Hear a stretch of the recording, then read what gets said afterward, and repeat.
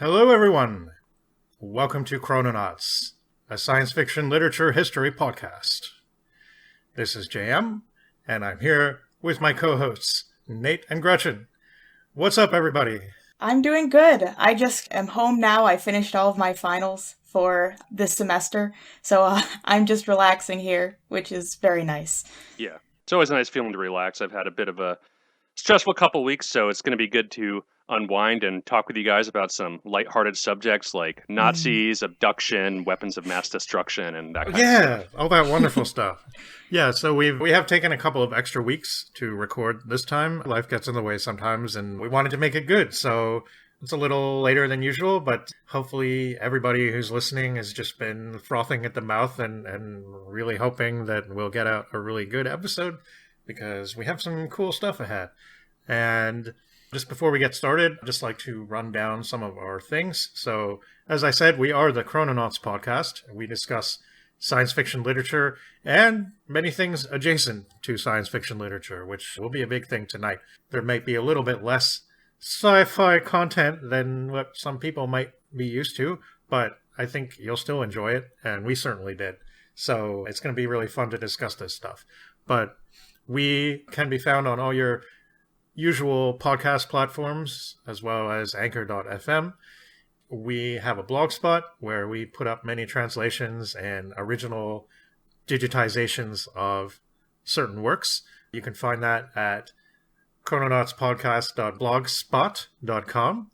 We're also on Twitter at ChrononautsSF. Okay, yes, thank you. And you can also send us an email at chrononautspodcast@gmail.com. So, today we're discussing the wonderful world of spy fiction, specifically the very early days of spy fiction. So, although I want to commence by just sort of asking you guys what your experience is with spy fiction up till now, and I'm sure we'll all be bringing up a lot of later period entries, and there's certainly been a lot more scholarship on stuff from after the Second World War, which seems to be sort of when the Cold War seems to be really when this genre exploded big time. But there was a lot of earlier stuff that can be classified in this field, which we'll get to. What do you know about spy fiction?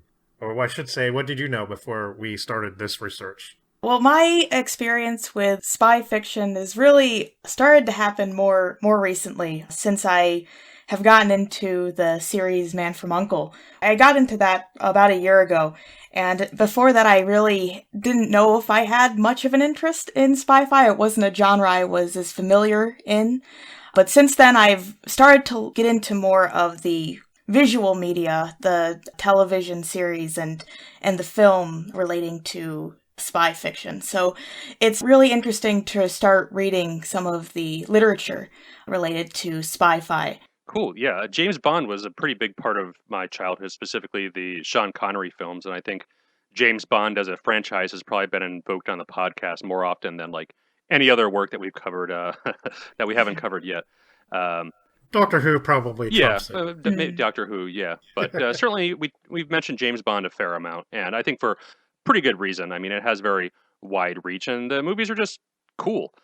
And I don't really know too much about the genre aside from those early films. There's like a huge world of like Euro spy stuff, and I've seen a couple of those, like Mario Bava's Danger Diabolik. I guess you could kind of I love that movie. Lump in with that one, which is like, yeah, absolutely great. But I wouldn't really know. I don't know if it's really spy. It's more like a weird criminal caper kind of. There's not a lot of spy action in it, but I can see why it's sort of linked to the genre. Yeah, like a lot of Bava stuff. It's just really cool how it plays out. But the literature itself, I think really the first time I've touched upon the early stuff is with the podcast. Even though we haven't really done a spy novel all the way through before this episode, there's certainly some elements of works we've covered in the past, like Angel of the Revolution and Where the Air Quivered in particular, that have some elements that you could really see as being precursors to what spy fiction would take place, namely the cool gadgets and the whole secret agent stuff of posing as somebody or not. In particular, that scene in Angel of the Revolution where they make the prison break and they have to like dress as the guards who they just took out or whatever. That just felt like a very spy fiction type scene. Yeah. And I think that comes up in one of the works that we're going to be covering tonight, even. So I am going to mention Angel and the Revolution briefly in a little while, because it does tie into what we're doing. So yeah, spy fiction is actually, although I can't say that I'm well versed in the genre, it's been with me for a while. I didn't actually see too much James Bond till I was probably in my early teens. I think the first one I watched was The Spy Who Loved Me, and I remember seeing that on late night television one day. Before that, though, I had watched the film North by Northwest. Oh yeah, and that's definitely an entry in the genre. Mm-hmm. And I also read John le Carré. I read my first John le Carré book when I was quite young, actually, The Spy Who Came In From a Cold. And I read a few of his other books later on when I was a little bit older. So I quite enjoy him. And he's somebody that we're not covering tonight, but he's very important in the development of spy fiction. And the reason we're not covering him is he's quite a bit later, getting his start really in the 1950s or 60s, I think. And of course, Ian Fleming. Read a couple of those James Bond books as well, because I wanted to see how they compare to the films, I guess, mostly. Most of them are quite different than the movies. A lot of the time, the movies maybe are better, actually. But also, of course, being a fan of the sort of post-spy Renaissance British dramas like The Avengers, and especially The Prisoner, which is pretty much almost a postmodern take on the spy genre. Yeah, it's interesting its relationship with Danger Man and how it plays out against those episodes. I've actually never seen Danger Man. They play it straightforward. He's like a secret agent. They even have the song Secret Agent Man as the theme song, and I think in the American version. And I know a couple of the Prisoner episodes started out as Danger Man scripts, but they got reworked into the Prisoner setting. And it's kind of interesting to compare the two with one another as how the stories play out, as how the characters are portrayed, just how the shots are composed. It's a very interesting contrast. Number 6 could be Danger Man. Yeah, and I think that theory has been floated many times on the internet before. I see. So I should really check that out then. That might fill in some context, because a lot of my thoughts about The Prisoner come from well after the fact of watching it, because I thought the episodes were great, but I never really understood the context behind them. I never understood who Number 6 was supposed to be exactly, and why any of this was happening. And sort of some of that understanding came to me afterwards, but it's a very enigmatic series, which is part of what makes it interesting to watch. So the spy fiction genre can trace its beginning to the early 20th century, and writers like William Le Queux, Erskine Childers, E. Phillips Oppenheim, and John Buchan. And they were all Brits. But there were earlier antecedents, and many of these were American. For example, in 1827, James Fenimore Cooper wrote The Spy. And of course, scares about Germans were common, even in the 19th century works. Espionage-oriented fiction is often delivered with a somewhat polemic character as a warning, sort of similar to the Battle of Dorking, which is sort of a more overtly militaristic example of the same sort of thing. Civilization is fragile, and there are enemies at every corner. And it's commonly thought still that spy fiction was a largely British creation. However, along with Fenimore Cooper, Christine Bold and her essay, Secret Negotiations, the Spy Figure in American Popular Fiction, maintains that despite screeds to the contrary from popular American figures who basically said, we don't need any of this espionage stuff because, we're free and open and right. We don't have to hide anything. The American Republic was a home for spy fiction in the dime novels. And she did a lot of research and found over 100 titles involving spies, Secret Service, etc. And these mostly follow the dime novel formula, though some spies are marginalized people, which is sort of interesting. There's the red spy and the black spy, who has the extra fantastic frisson of being a master of ventriloquism, and others. You think Frank Reed ever had a spy story? I wonder. Yeah. So yes, Part of the nature of the subterfuge, though, is that sometimes the nature of these figures is revealed to be a sham. For example, the Red Spy is a white man made up to look native. There were also occasionally women spies.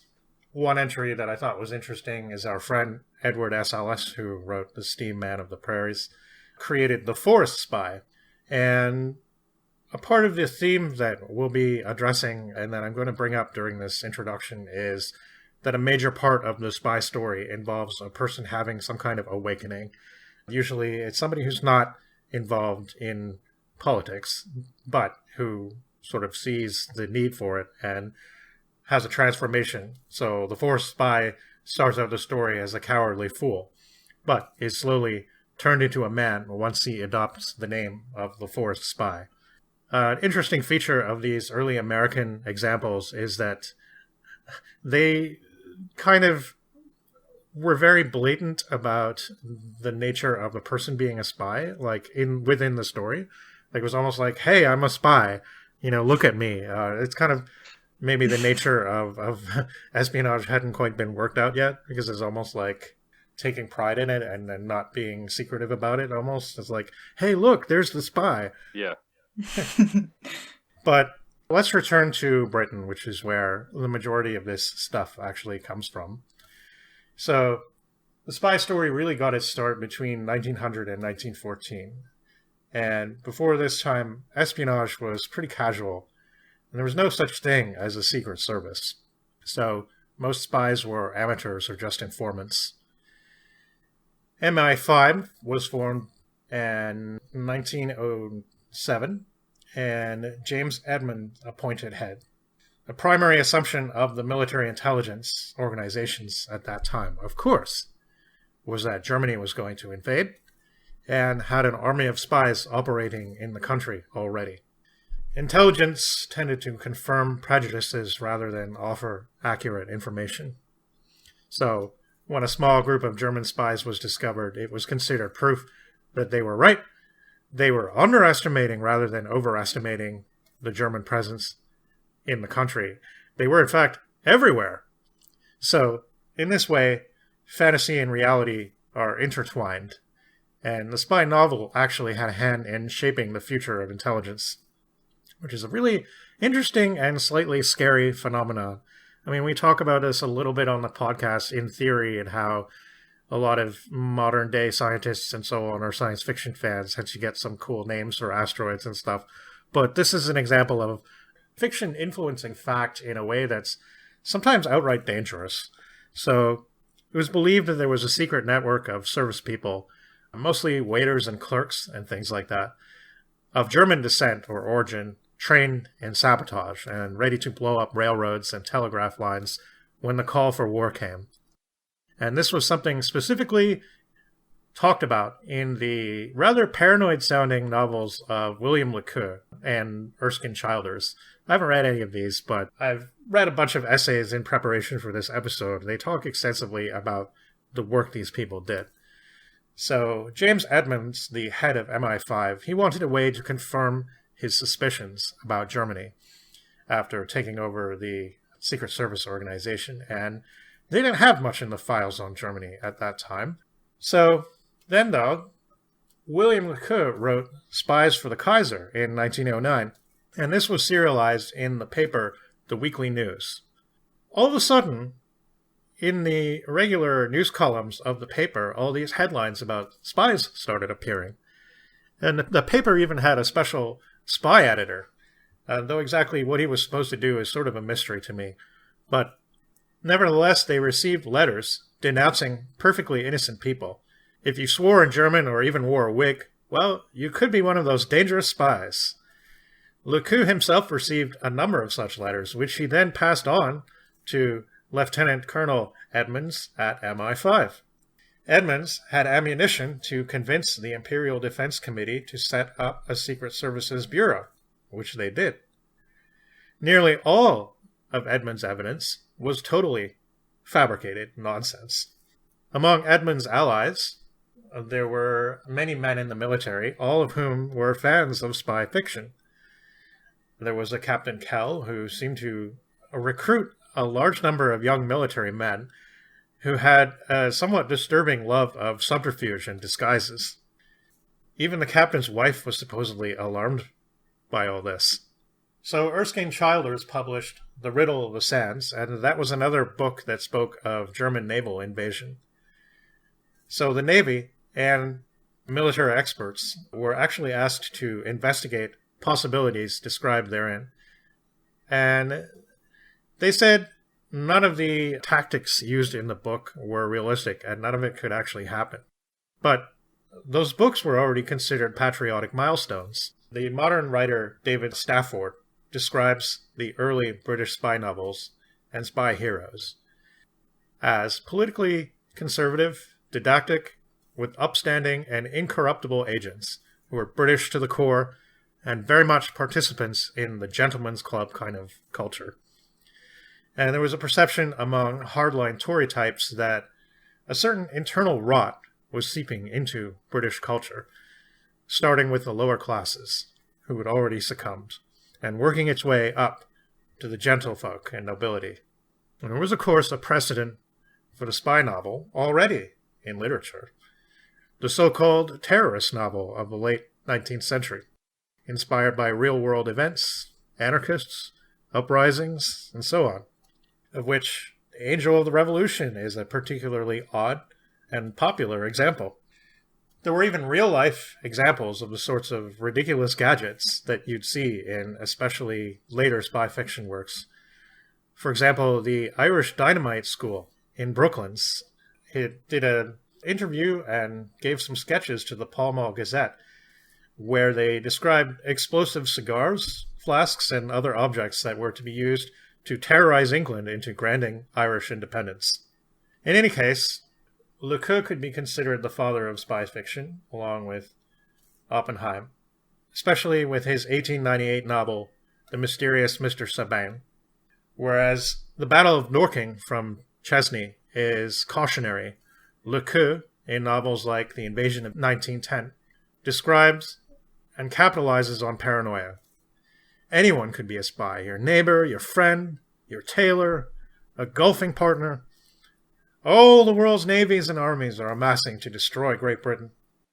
Nicholas Hiley, a King College researcher at the Department of War Studies, has written many articles about the history of intelligence in Britain and stresses that pretty much all ideas around intelligence service around this time, that is the pre-First World War period, are directly brought about by fiction. It fully shaped the way the world really works. So we have a perfect example of life imitating art, essentially. Now, the purpose of MI5 was really to catalog spies, not to chase them. So most of the people they had on their files were perfectly innocent. All the while, spies were filling the newspaper stands and bookstalls of Britain. Many crime writers wanted to or even have participated in intelligence work, or the so-called silent game. E. Phillips Oppenheim begged to and said he thought he ought to know about it, being a spy novelist and everything, but he was apparently turned down. But you would see later on, especially during the Cold War period, writers of this type of fiction who were involved in the real game.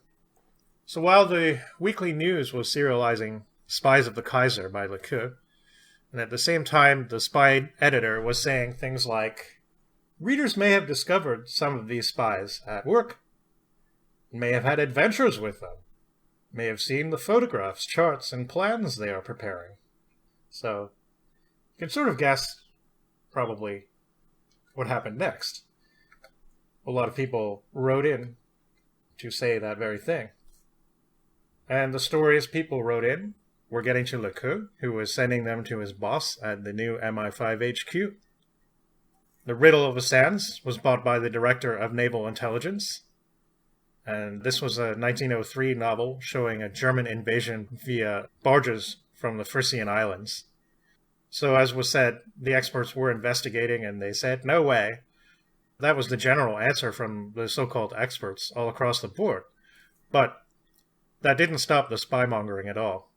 Lieutenant Vivian Brandon was sent on a covert survey of the North German coasts and he was arrested and questioned, and he mentioned the book several times. He later wrote from a prison in Leipzig, and I just thought this was interesting because this was a quote that kind of sort of emphasizes just how weird this whole phenomenon was and how it sort of took over people's minds. He said, "Looking back on the light-hearted way in which I drifted into this adventure, I recognize that I am somewhat of a Peter Pan, and that I've never really grown up. Unfortunately, I've not got Peter's talent for flying through windows, or I should not be here now." I don't know why, but that quote just sort of affected me. It was kind of sad, I mean, Yeah. I don't really know what happened to the guy. I'm assuming he was probably sent back to England, but it's just the poor dude. But unlike Lecoux, Oppenheim seemed really into secret societies. And often these worked for the benefit of Britain, even the Nihilist Society of Mr. Sabin. But there are rival secret societies as well. And the amateur spy starts to take over in his work, culminating in 1920s The Great Impersonation, in which an Englishman impersonates a German who was attempting to impersonate himself in order to get secrets from the British upper class and nobility, or something. Oppenheim wanted to do his part, wanted to participate in the Secret Service world. The person he applied to was one G. Mansfield Smith Cummings, called C by his many subordinates. I think you can see a parallel with James Bond here. So he surrounded himself with cloak and dagger mystery, and while he was listed pretty plainly in the London Post Office directory, seemed to go out of his way hilariously to hide his identity. So where this figure of the spy and all the mystique and intrigue and danger that surrounds him originates, one can speculate. Nicholas Hiley suggests a link with the Victorian pornographic novel, maintaining that the liaisons in hidden back rooms, secretive establishments with a double purpose, and vague suggestions of foreign vices and the Edwardian spy story have definite similarities, and that at the outset it would be hard to tell one from the other. In 1918, a Captain Harold Spencer published in the newspaper The Imperialist a supposedly true story of a network of corruption and blackmail set up in England by the Germans. Now, of course, don't forget by now, the war is happening, so we're in an entirely different climate. He described a volume compiled by German Secret Service operatives listing thousands of compromised English men and women, eating establishments, and public houses given over to sexual vice, and flats where people might be taken for blackmail liaison purposes. This purported volume went on for over 1,000 pages. Spencer stridently declared the sexual habits of the peerage, and especially their wives, were being used by the enemy to uncover state secrets, and more. This was a very, very popular article, and it was reprinted as a pamphlet. We fear the contents of the locked room, but also yearn to experience it. And the Victorian pornographic novel was not wholly free of hints of espionage and international intrigue either.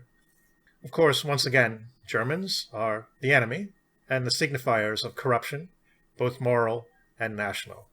As you might expect, there was a certain spy fever among civilians during the First World War. There were many reports, particularly from young people, perhaps readers of spy fiction, about encounters with spies, some of them quite strange, such as the report of a 16-year-old girl kidnapped by a doubtless German and forced to operate a mysterious signaling machine, strange men on bicycles offering to buy letters, attacks on signalmen and railroad people who smashed equipment. Most of these reports were investigated and declared total invention, but then they would be, wouldn't they? The police admitted they couldn't prove any of these supposed conspiracies, but the allure was so strong that even that mere statement was seen as proof that the fantasies were real. The amateur spy, or waking innocent, is a feature of pre-professional agent spy fiction, but it never entirely went away. We're about to discuss a work which very much incorporates these innocent figures. But early innocence in fiction of writers like Le Queux and his colleague Erskine Childers, both staunch patriots who believed the job fell to them and people like them to solve the spy problem and the looming German threat, were perhaps not so innocent. There was a certain thing called the Imperial School of Colonial Instruction. Sounds rather ominous nowadays, but possibly at the time people thought nothing of it. This was a training ground with a regular newsletter and advertised strenuous physical activity and preparation. Emphasis was made on outdoorsmen and sports and general physical wellness. They were essentially scouts. Indeed, the Boy Scouts were founded in 1909 by Lieutenant General Robert Baden-Powell, another dramatic patriot. He had a lot to say about spies and how you could detect him. To him, and this was an increasingly prevalent thought, the spy was someone who masqueraded as a normal person in society but could be sussed out by certain peculiarities. He said to his soldiers in a 1914 publication called Aids to Scouting for NCOs and Men, "If you want practice at detecting spies, they are not uncommon, and you need not go out of England to find them. Spies can be discovered by noting the small peculiarities and details of passers-by. Get to know the view and action from behind of anyone you suspect. Then if you come across the same back a few days later with an entirely different face, you may consider him worth further attention. I have had the pleasure of arresting 4 foreign European spies at different times in peacetime in England, and have casually detected others abroad.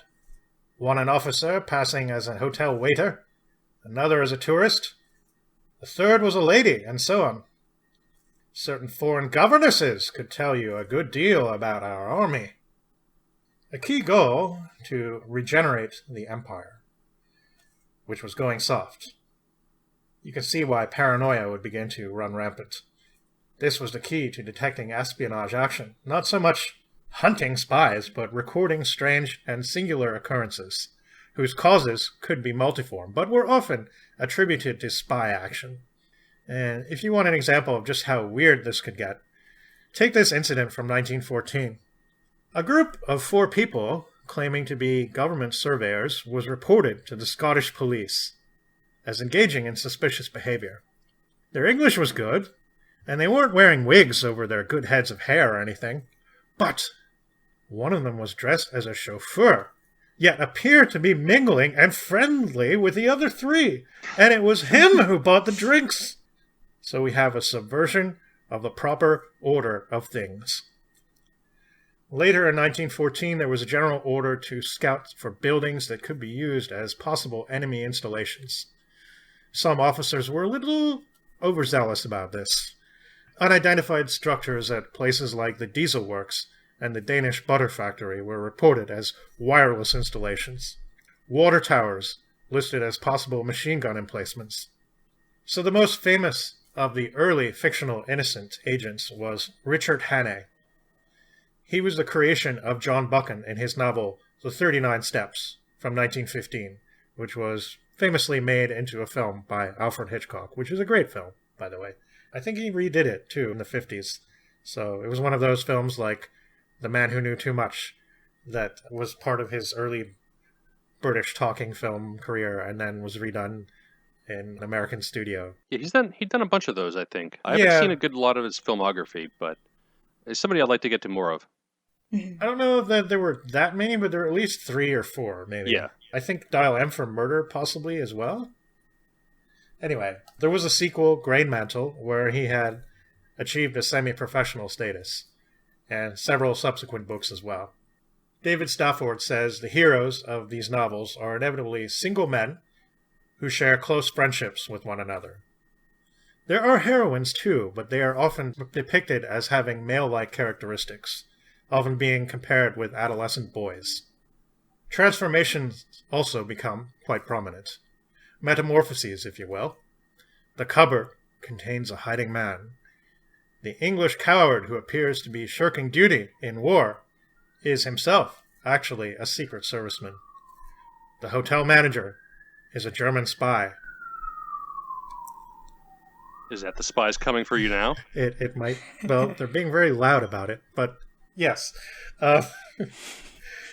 Your friend is really your enemy, or vice versa. Now, skipping through much of the 1920s, we get the 1930s. Of course, one thing we have to say about spy fiction and such, no matter how much it engendered paranoia and a weird kind of life imitates art thing, they were certainly right. The Germans were the great enemy to come. Nevertheless, according to Erich Homberger, the 1930s were a period of appeasement in the genre, reflecting the politics of the time and Britain's slowness to recognize Nazi danger. Organizations like The Link, a Germanic Anglo-Friendship League, engaged many prominent citizens and were considered somewhat respectable, at least for the first half of the decade. Even left-wing people were a part of this. While the Germans were still the enemy in the thrillers, it was usually personal vendetta and not political. The motive of the protagonists had to be non-political. The writers mostly tried to avoid the subject of politics. Fascism was certainly horrible, but expressed in the pages of the novel was the same sort of bafflement you saw in real life. There seemed to have been a certain lack of understanding that Nazi persecution was actually public policy, and there was a tendency to reduce things to the level of gangsterism and schoolyard bullies.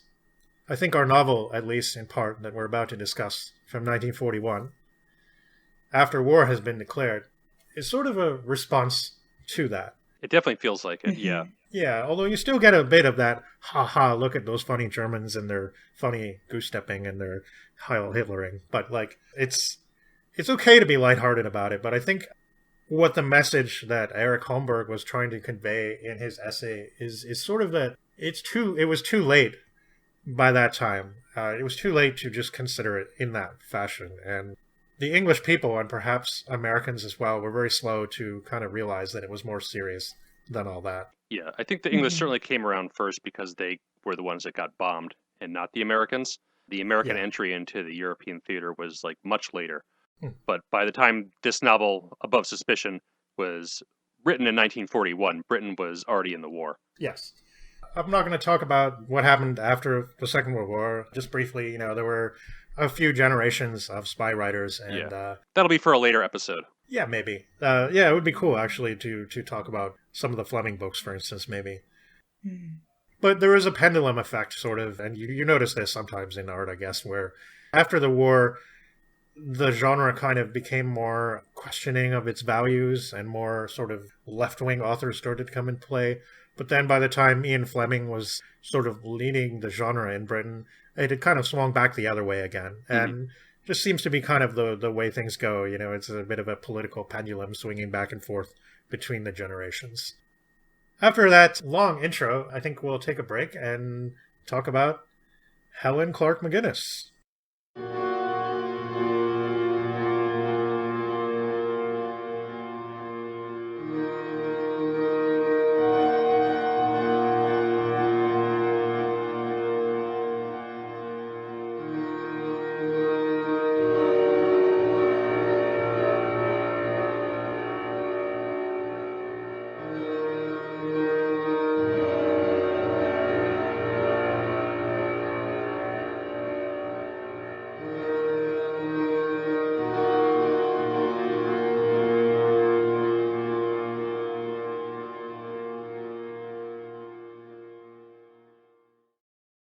Before we get to our next author, I'd just like to say that since we started doing this podcast, we have been sort of slowly fine-tuning the way we present things. And although it's been a little uncertain at first because we didn't get a ton of feedback, I have been hearing from some people, and the subject of spoilers has come up a few times. People have very different ideas about that and how it should be handled, and I sort of thought that because some people, they're very happy that we're a spoiler podcast because that means we can discuss the material quite intimately. But other people want to listen to the podcast but don't necessarily want to be spoiled. And we still kind of want them to listen to the podcast. And since we do cover sort of lesser known works, we can't really expect most people to have read these before we get to them. We'd certainly love it if you read them on our behalf. Yes. What I think we're going to do going forward, we're still going to summarize the works and run through them and do a bit of a synopsis and make comments where appropriate or inappropriate, as the case may be. We're going to start each discussion of a work by making some general comments and maybe giving you, the audience, a feel for whether you might actually be interested in reading this book, assuming you have it, or this short story, or whatever. And we're going to talk more generally about how we feel about it and its impact on the genre or lack thereof, and reasons why you might be interested in it. So we're going to begin now talking about Helen Clark MacInnes. She was born in 1907 in Glasgow, Scotland, studied at the university in Glasgow, and received her master's degree in French and German before going to London to study to be a librarian. There, she met her husband-to-be, Gilbert Hyatt, and they married in 1932. He got a teaching post at Oxford, and they traveled around a lot, and the couple would seem to be, in part, the basis for the main characters of her first novel, Above Suspicion, published in 1941. She and Hyatt had their honeymoon in Europe and spent time in Bavaria, where she experienced the kind of Nazi oppression that inspired the novel we'll be talking about. It's kind of interesting that she had the honeymoon in real life. In the film adaptation of this, they changed the main characters to being Americans on their honeymoon. Yeah, I think we all watched the film, right? I didn't get a chance yes. to watch the film, but I watched the trailer and a couple scenes from it. Mm. Okay. I was able to watch the film, so and I was going to say that about the honeymoon, that I thought it was interesting that they seems to lean more into that idea of the main characters of the novel being similar to Helen and her husband. Yeah, I think we'll talk more about the film after we've discussed the novel a bit, but it is an interesting comparison, definitely. So the couple settled in New York State in 1937, where Gilbert got a post teaching Latin and Greek at Columbia University. Before becoming a naturalized U.S. citizen, Hyatt did work for British intelligence. They collaborated on translations from German, and Helen wrote 21 novels between 1941 and 1984. Her novels are heavily informed by her travels around Europe and are known for containing accurate historical and geographical detail. Increasingly in the early 40s, her books were centered around resistance movements to Nazi occupation in both France and Poland, and later on she moved into Cold War espionage thrillers. She espoused a great interest in international politics and research. So, we are indeed talking about Above Suspicion from 1941, her first novel. All right, so what did everyone think of this one?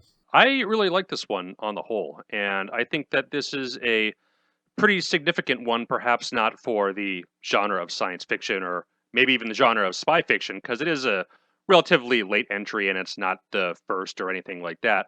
But it is a very good entry in it, and I think it's significant for the podcast itself in that World War II is a pretty major turning point from the early era of science fiction to the so-called Golden Age, or really where modern science fiction coalesces into its modern form. And virtually everything published from that time is easily recognizable as science fiction without a lot of the stretching caveats and like outside influence quantifiers that we've placed on some of these early works before. And you could really easily see that due to the atrocities committed on just such a mass scale, as well as the global restructuring of the world afterwards, with the collapse of the old empires and the rise of the United States and the Soviet Union being the two remaining superpowers. And this is the first work we've covered on the podcast that directly deals with World War II. And it deals with it while it's still going on. So it's not really a historical look back on the time, but it's a very good political background to these changes that happen within the genre that are reflected in the literature afterwards. Mm-hmm. I do agree that it's I really enjoyed the novel myself. And when I was reading it, I was thinking that when I have consumed media about World War II, it usually is more retrospective. It's Right. made after the fact. So it was really interesting to read something that was when it was happening at that time and to see sort of the opinions of it while it was going on. I think that it's also just, even though it does sometimes have those like conversations about, of course, what is happening with the Nazis and the impending war. It is also a pleasant novel. Like, it's written very well. I really think that it's written in a pretty, like I said, pleasant way. And it doesn't have as much tension, but it does ramp up later on in the book, I think.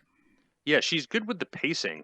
And there is that whole dark mood that's just kind of in the background throughout. But yeah, for the most part, it's like a fun adventure story. It feels like almost like a travelogue at Yeah. times, the way that she Yeah. describes Germany and the locations that they're in. And it makes a lot of sense that she personally traveled through Germany and Europe herself. Yeah, I've been to a couple of places that have been mentioned in the novel. And yeah, she really nails the character of them. So I did keep that in mind while reading, that it was actually a more or less contemporary account, and it was kind of helpful to keep in mind that yes, the war was still happening while she was writing this, and she was probably largely trying to make a political statement about intervention and about the folly of isolationist policies and stuff like that. I did enjoy the book. I thought it was maybe a little bit too pleasant. Like, I would have liked a little bit more tension. But that's just me. I mean, it was well written. And yeah, the background was really good. And I did enjoy the main character, Frances Miles. Like, I guess she's more or less the main character. Yeah, I have a would say so. problem with that, which I'll express later on. But I did enjoy her perspective. I enjoyed her being inside her head a little bit. You know, at the beginning, it was just a little... Again, it was like, it was very pleasant, and I almost like, I wanted something more, but I did end up liking her, and I ended up enjoying spending time with her. So there was that, and this is actually the second book by Helen MacInnes that I have read. Probably about 10 years ago, or a little more, I read her book, Message from Malaga, and I thought it was okay. This was a book she wrote in 1971, and some of the same problems that I had with this book, which we'll address in the spoiler discussion, I had with that one. But it's her voice, and I think that since I kind of had the same feeling about that book, it just must be the way she does things. Now, she has 21 books, so there may be more variety in her writing than I'm sort of realizing. But I did enjoy it. I thought it was quite well written, especially considering that she didn't seem to have any precedent for writing novels before this time. No, this is her first one. Yeah, and apparently it was her husband who sort of found some of the notes that she had written about their time in Bavaria and stuff, where she had just been writing down all this stuff. She'd written down all this stuff about the governments and the places that they visited and stuff, and I guess he said to her, hey, you should turn this into a story, and so she did. Yeah, I heard that it was a diary that she was keeping in a radio program that I listened to about her. Yeah, and so I think we sort of answered my next question already, which was sort of, I'm always trying to think of a proper way to phrase this, but what is a reason why we think that someone should read this book? I think you mentioned the characters, and they're really well done, particularly our two main protagonists of Frances and her husband. They feel more than just like the basic one-dimensional machismo characters that you really encounter a lot in these early pulpy adventure novels. I mean, the character from Angel of the Revolution, what's her name, Natasha or something like that? Yes. Yeah. She, I don't know. Daughter of Natas. She just didn't feel like a real person. She felt like some comic book, villain or something like that. Whereas Frances she feels like could be a real person, and probably because she was based off of the author herself. And I think she put a lot of her personal relationship into the novel as well as her own travels. But yeah, the characters feel a lot more real and three-dimensional than some of the other characters that you might find in these early works. Agreed. And there's some humor in the book as well. I sounded a little bit like I was castigating for making light of Nazis and the funny Germans, but it was actually quite funny at times. There was a part I especially liked where Richard who's a university professor, he's imagining what it would be like if he walked into the lecture hall and just screamed Heil Hitler, and like how everybody would probably want to restrain him and call a doctor or something like that. Yeah. And there's some other pretty funny stuff as well. So it was a lighthearted story with heavier implications. And I think that's an interesting balance to strike. Agreed. I would say I do agree with the characters. I think the Mileses are really well done. And I like the others as well. We'll get into Robert and Henry when we get into the summary, but Sure. I enjoyed them as well. I liked the group dynamic. Yeah, no, it was just definitely a fun little bunch they had going. Definitely a good one. So if you're interested in this sort of thing, check it out. So I think from this point on, we'll be getting into the spoilers. So if you haven't read it and would like to, feel free to skip ahead to our next segment. So with that in mind, our story starts out with Frances Miles walking around Oxford, where her husband Richard teaches, and he has a new book out on English poetry. So already getting a bit of the real-world couple in our characters.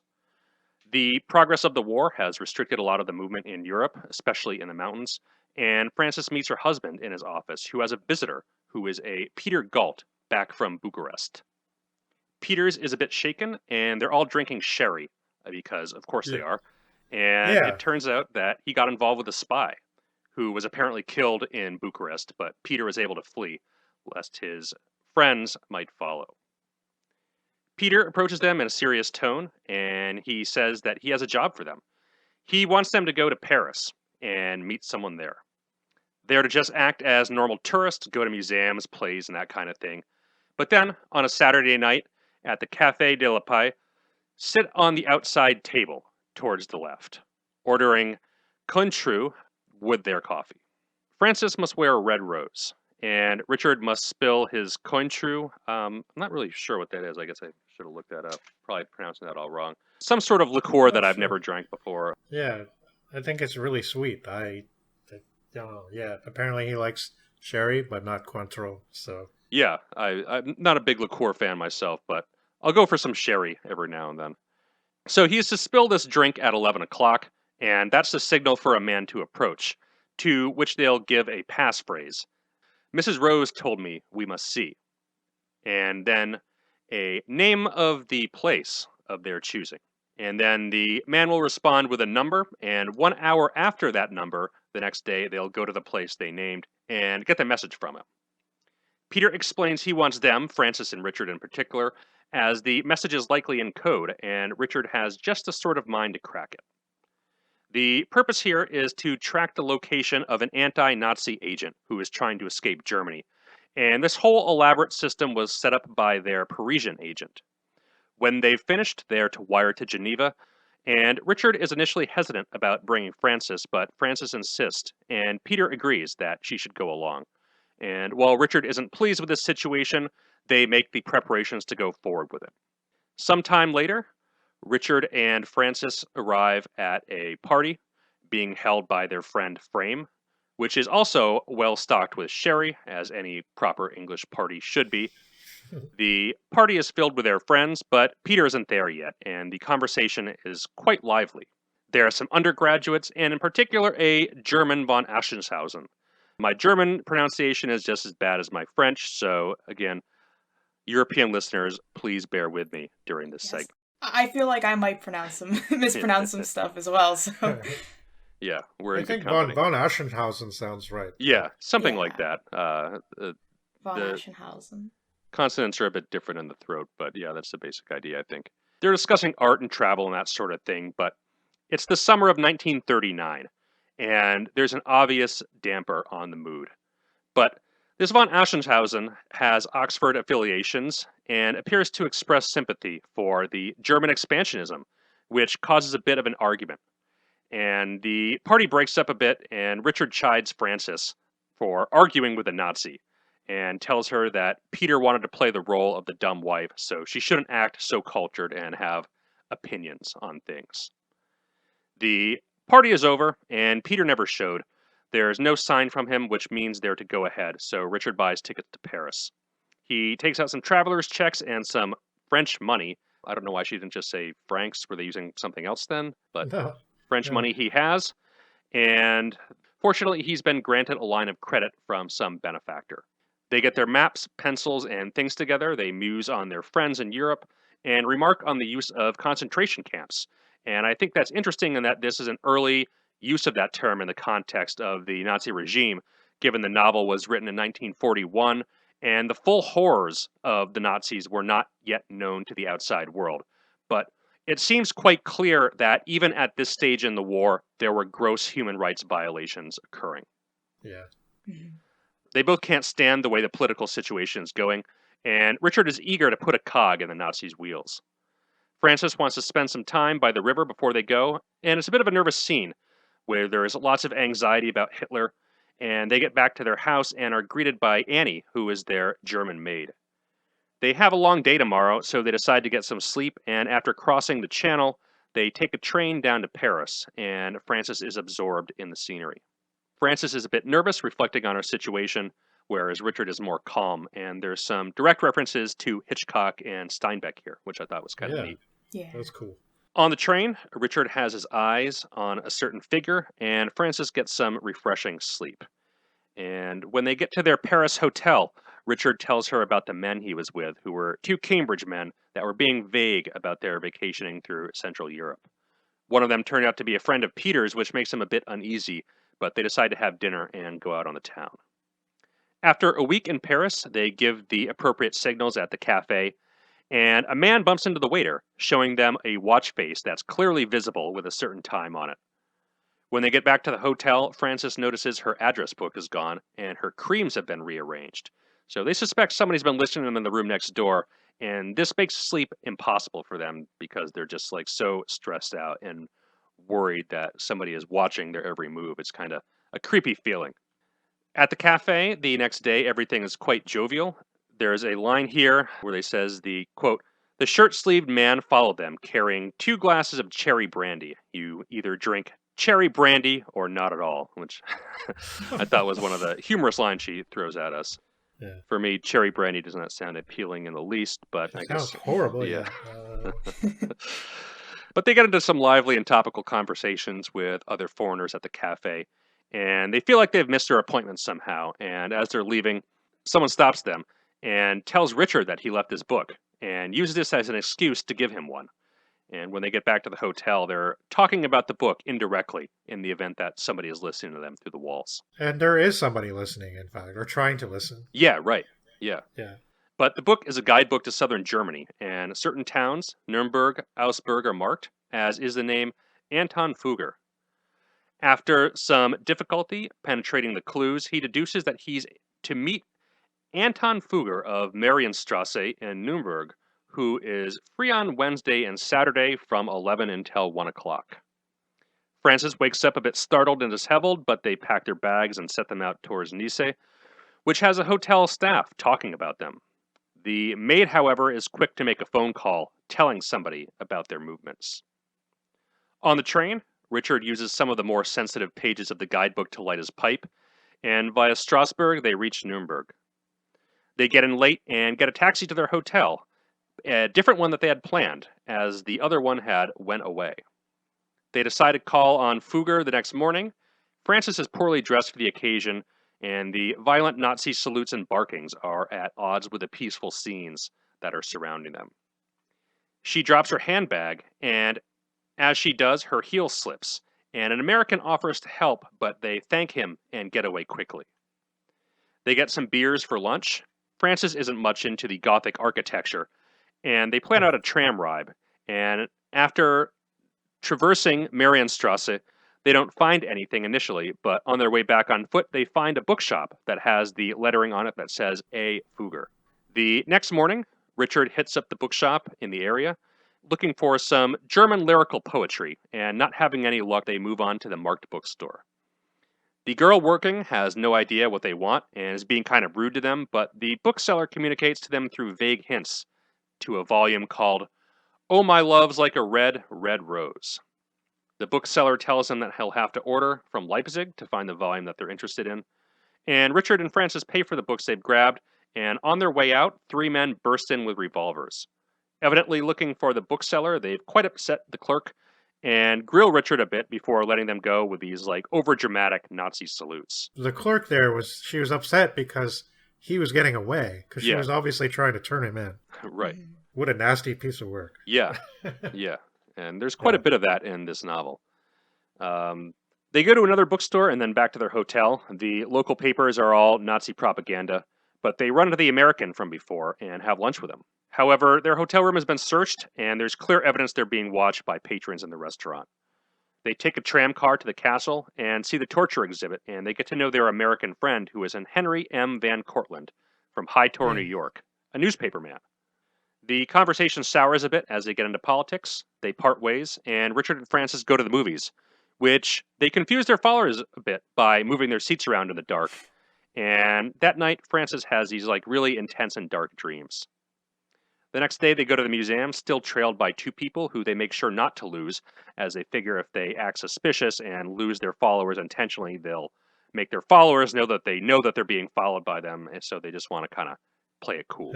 They decide to go out into the country, perhaps to Innsbruck, where the bookseller Fugger had indicated. And as they're talking, they run into Van Cortlandt again, both sides apologizing for getting into heated political discussion. As they're all walking together, they hear a cry. And it turns out that they're outside the Jewish ghetto, and a Nazi tells them to leave the area. The next day, they leave for Munich, which Frances finds very gloomy and depressing, the German character in particular being oppressive. They then head on to Mittenwald with the intention to depart to Innsbruck in a few days. Their hotel is in the mountains, gorgeous and managed by a Frau Kuppler, who appears to be watching them.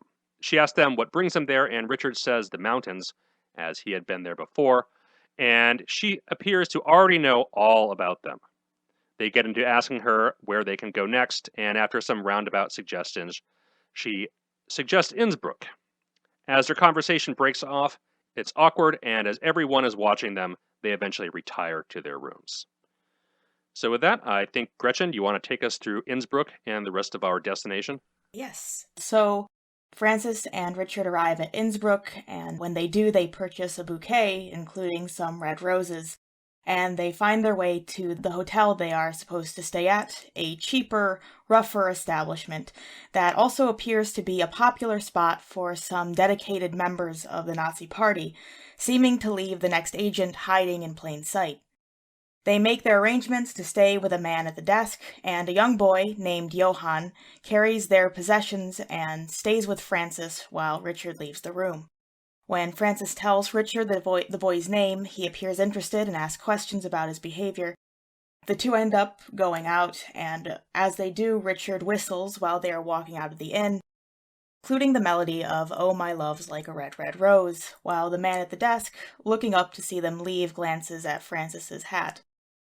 After a few days of staying at the inn, the man, who Johann calls Herr Kronsteiner, is not at his desk, and the couple find him waiting for them in their room. He tells them that he will be heading out on a journey the next day and may not return in time to see them check out, and he gives Richard one of 2 envelopes that he is holding.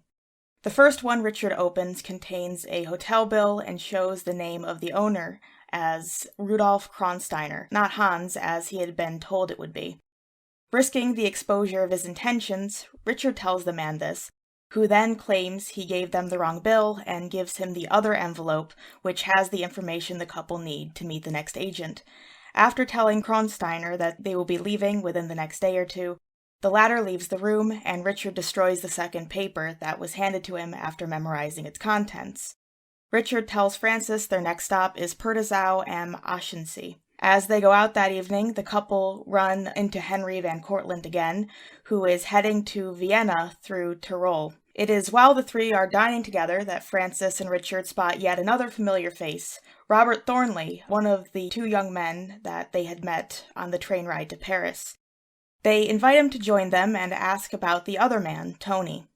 Robert tells them that Tony is in Prague, that his goal on the trip was to find a young woman he had met in Britain and get her out of the country before her life is threatened by the Nazis, and that Robert is waiting in Innsbruck to hear from them. If he doesn't within the next month, he tells them he will go back to Prague to help Tony and the woman. The Mileses tell the two others of their plan to head to Purtisau and invite them to come with them for a few days, which they both agree to. Francis realizes that this is likely an attempt by Richard to have people he can leave her under the protection of. After Johann helps them pack and get ready the next morning, the couple heads off to Purtisau by train. Reaching the village, they discover that the hotel they plan to stay at is fully booked and take up a room at a smaller house owned by a Frau Schichtel, who Francis strikes up a conversation with and gains an affection for. Richard then tells Francis more information about their next meeting. The man is a Dr. Mespelbrunn, a chess collector and musician. They must tell him that they heard about his collection at Innsbruck, a hint that this is the last agent in their chain, given the others didn't know where they were coming from. Afterwards, they will send the telegram Peter told them to, as the sign that they had met with the agent. The couple, while exploring Purtisau, head into a shop full of wood carvings, where they admire a chess set and ask the carver about them. As the two talk with the woodcarver about chess sets, the latter brings up Mespelbrunn and recommends that they visit him, giving them an excuse to go see him. Richard and Francis decide to wait a few days and enjoy some more time around the village before going to see the doctor, to establish more of an alibi. While climbing the next day and planning their visit to Mespelbrunn, Francis insists on coming with Richard to meet him. They then meet up with Henry and Robert, who have now arrived at Purtisau and have climbed up the mountain to meet them, despite Henry's inexperience. After coming down from the mountain, the four are eating when Richard and Robert leave Francis and Henry at the table, and the latter two end up discussing their first impressions of each other on their initial meeting. Then Henry brings up their being followed in Nuremberg. Francis doesn't elaborate on her and Richard's situation, but Henry offers his support if they should need it. The four spend a few more days together climbing and enjoying Purtisau until Robert and Henry decide to head to Innsbruck again for a few days. They plan on calling Francis and Richard from Innsbruck to see if the couple is still there when they will be able to return to Purtisau. There is also, Francis tells them, a dance that evening, something she found out from Frau Schichtel. The woman had offered to let Francis wear her daughter's dress to the dance. The daughter is gone, Francis says, her husband having been an enemy of the Nazis and the young woman herself disappearing. Francis and Richard then start out for Mespelbrunn's. When they arrive, the woman who is at the door appears afraid, but Richard tells her that they are there to see the chess collection of the doctor. A man also appears behind the woman, a man that had been watching them at the Purtisau Hotel, and he lets them in, then says he will call on Mespelbrunn. The man who enters, in the guise of the doctor, is a shock. It is von Aschenhausen, the young man Francis had been speaking to at the party back at Oxford. Yes, all parties are very surprised to see each other. Yeah, so I think this is kind of a staple of spy fiction, and so I'm not necessarily going to single out this book like unduly, but there are a lot of coincidences Yes. In this story. And mostly people running into people, right? Yeah. Yes, every character does seem to come back for a second, more significant meeting of the couple. Yeah. Yeah, it's just and it's always happening. They run into somebody a bit later from home, and it's just, wow. I don't know. It's just, it's drained my credulity just a little bit, I think. But yeah, it's okay, It was still fun, I guess. Especially because Francis and von Aschenhausen had this big heavy discussion at the beginning at this party. They kind of killed the vibe of the party because they were both getting strident about their political views. And of course, von Aschenhausen was he was all civil at first, but then when the politics came out, his Nazi nonsense came with it. And, so it was almost okay, surely we're going to run into him again, right? So I think this one is kind of even though it seems coincidental, it is kind of justified in sense of the story, right? You're I want to see that guy again, because that was a nasty encounter that has to mean something, right? Yeah, it feels very significant, so it has to come back somehow. And to be fair to MacInnes, this does have a literary tradition well predating spy fiction. I mean, the first volume of Don Quixote in particular is really, really ridiculous with this stuff. And I mean, I guess that's kind of the point, is to be ridiculous. But yeah, I mean, even though it strains believability in some situations, I think she handles it well with the pacing and plotting of the story. Yes. Mm. Yes, certainly. Yeah. Yes. Chekhov's character. Yes. Is what it is. By the way, I'll just mention this now. Von Oschenhausen is played by Basil Rathbone in the film version. Yeah. Mhm. So during the next scene, you can imagine that if you want. Although I think the way they did this in the film was quite different, if I remember right. Mhm. We will mention this later on, but it Yeah. does not feel as tense, like you said. But as the three converse, it becomes clear to the couple that whoever was Mespelbrunn is gone, and that von Aschenhausen has gotten rid of him. But it seems von Aschenhausen, while suspicious, is not yet sure of the couple's true intentions for being there.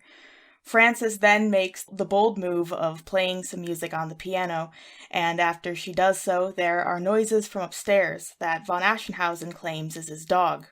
He then quickly leads Frances and Richard to the door and says his goodbyes to them, inviting them back Sunday.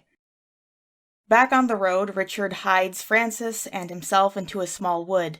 He then leads Frances to realize what she hadn't before.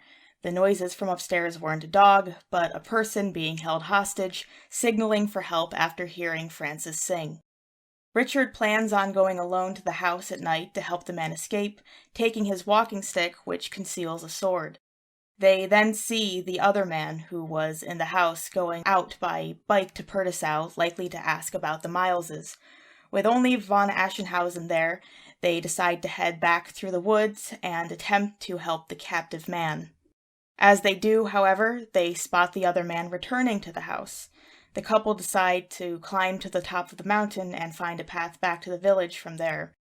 After reaching the top, Frances spots von Aschenhausen and the other man with a dog out on the path. The couple, spurred on by this, begin a scramble down the mountain, but the dog is on their heels and makes a leap towards them when he catches up with them. Richard is able to react in time, though, taking out his sword and his cane and skewering the dog. Richard pulls out his blade, and the two, shaken by the gruesome turn of events, continue down, only remembering as they hear the man approaching that they have left a trail of bloodstains. And that was a very precise stabbing that Richard did there. Yeah. Quite unexpected, I guess, Yes. that he would be able to master that. Just like, that was like a pro right there. Yeah, it talks about how far the sword goes into the dog. Like, it's down to the hilt, basically. Maybe he did fencing at Oxford, too.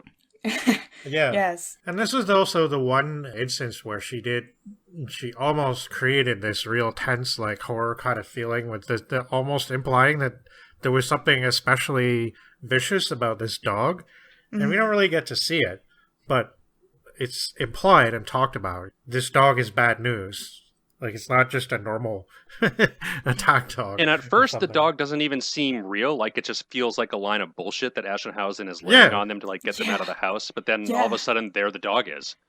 Yeah, it does seem like, oh, well, he doesn't actually have a dog until all of a sudden it is there. Yeah. And later on, I mean, we're going to say this anyway, so we might as well, like, when they rescue the guy, Smith, Richard mentions that the dog has been killed. He seems relieved. Yeah. Yeah. Like, somehow this dog was a weapon that they were using. And, like, it's just... I kind of like it, how she hints at it and doesn't really describe it. Leaves it up to your imagination. Mm. And, I mean, the dog breeds most associated with Germany, the German Shepherd and the Rottweiler, both have reputations for aggression and being particularly mean, especially if trained that way. Right. So it does kind of conjure up that imagery. Yeah. But they are caught up to by the man, other than von Aschenhausen, and the man makes his way towards Richard with a revolver, but Frances, who the man isn't paying attention to, takes a stone and throws it at him. He is hit between the shoulder blades and loses his balance, falling to his death. With von Aschenhausen likely following the scream the man made when he fell, the Mileses continue their descent and decide to do so through the path to Mespelbrunn's house. Luckily, they run into Henry and Robert on the road, who have driven to the mountain looking for them. Richard and Robert go together to the house to get the captive held there, while Frances stays with Henry. Henry admits to Frances that it was comments he made that got the man from Mespelbrunn's house suspicious, and he and Robert wanted to see if she and Richard were all right. Meanwhile, Robert is able to sneak into the house and free the man held there, an agent who goes simply by Smith. The two are able to get Smith back to the car, and they drive back to the village, where Frances and Richard plan to quickly freshen up, gather some belongings, and go, knowing the authorities will be after them shortly. Frau Schichtel discovers them, but she helps them, giving them food and Frances her daughter's dress, as she promised, a common outfit, and prepares an excuse that they appeared to be heading to the dance that evening. In the car, leaving Pertezau, Smith uses the items in Frances's makeup box to alter his appearance, and the group drops him off at a station in Jenbach. They then drive back to Innsbruck, where Richard and Frances can get passports made at a place Smith tells them about. However, they don't have enough cash on them, so they plan for Robert to get them some money, and be at a church at 11 the next morning where he can discreetly leave it for Frances. Once they have the passports and money, the couple will cross the border through the Brenner, then travel to Paris. Before dropping them off, Henry is able to send the telegram to Geneva, which he affirms he'll do. Once they are able to slip past any of the possible authorities on their way through Innsbruck, the Mileses reach the location Smith told them, knocking a specific pattern, and are led in by a woman named Lisa to see an Herr Schultz. The latter two change the Mileses' appearances by cutting and dyeing their hair before taking their passport photos. After taking the pictures, they are able to rest. Frances wakes up the next morning, gets ready to meet Robert, and leaves the house without waking Richard. Before going, she tells Lisa she should be back by noon. On her way to the church, Frances runs into Annie, their maid from Oxford, who recognizes her even as... Yeah. Yeah.